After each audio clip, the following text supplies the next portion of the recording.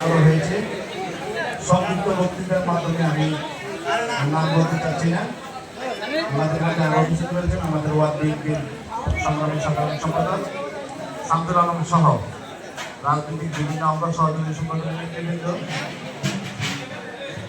দরবার শরীফের ভক্ত আশীর্বাদবৃন্দ, বিশেষ করে এই দরবারের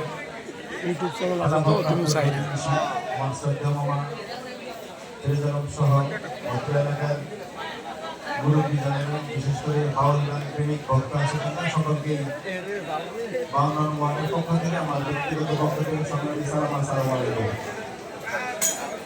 স্টেজের দুই পাশে সম্মানিত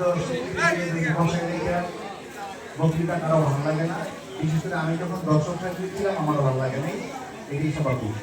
শুধু দুই কথা বলে আমি আমার বক্তব্য শেষ করবো। বৈরী আবহাওয়ার কারণে আমাদের উপস্থিতি কম, তারপরেও মহান আল্লাহ পাকের তিনটি পছন্দের একটি হচ্ছে বৃষ্টি। তো আমি মনে করি আল্লাহ পাক ভালো কাজেই বৃষ্টি বর্ষণ করেন, এখানে আমাদের মন খারাপ করার কোনো কারণ নাই। আমি আজকের এই দরবারের আজকের এই হুজুর শরীফে এই বৃষ্টিকে আমি একটা আশীর্বাদ হিসেবে দেখতেছি। তো যাই হোক, সম্মানিত শিল্পীদের দৃষ্টি আকর্ষণ করবো, বাইরে দেখছি আমি, না আইছিল গেছে, হ্যাঁ মেডিকেলের দিয়ে দেখছি আমি, আবার আইব, কথা হয়েছে আবার আইব।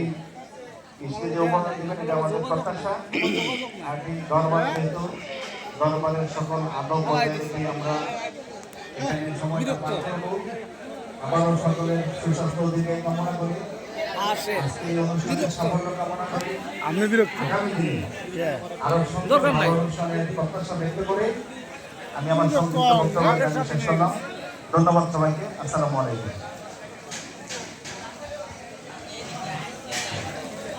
ধন্যবাদ সেলিম কাজল ভাইকে। এখন আপনাদের বক্তব্য রাখবেন 52 নং ওয়ার্ড বিএনপির সম্মানিত সাধারণ সম্পাদক জনাব মোহাম্মদ